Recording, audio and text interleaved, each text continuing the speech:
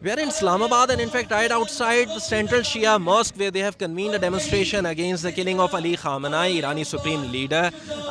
It has been a week since the assassination happened at the hands of Israeli-US strikes in Iran. The Pakistani community, the Shia Pakistani community, in fact, has been calling on the government to take a stance against American war in the Middle East and in its neighborhood.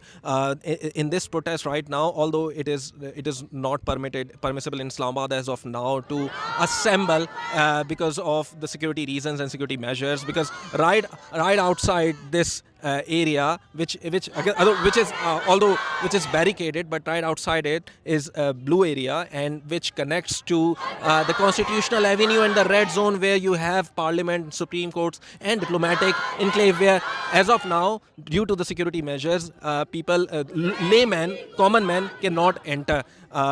We are in the middle of this protest. There is staging of protest, and we can hear slogans, we can hear addresses at the hands of Shia clerics going on at the stage, and the people here are calling on again Pakistani government to retract on its earlier stance on nominating Donald Trump for the Nobel Peace Prize. It is key to remember that right into a day of Khamenei's assassination, Pakistanis in the major cities of Pakistan held protests where at least 22 people died, including in Karachi, the coastal city of Pakistan, where at least 10 people died, and also in Islamabad during the protest outside the diplomatic enclave, 2 people at least were reportedly killed at the hands of the security apparatus.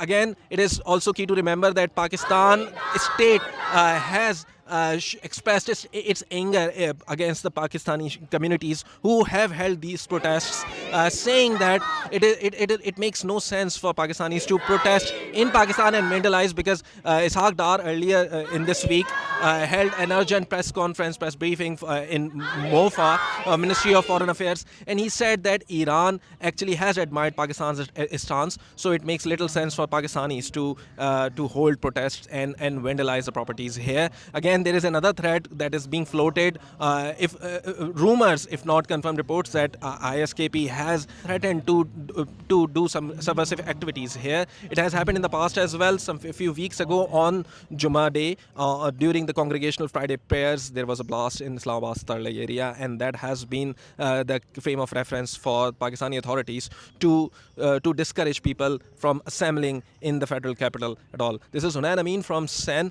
We'll keep you updated as we know more developed news on this.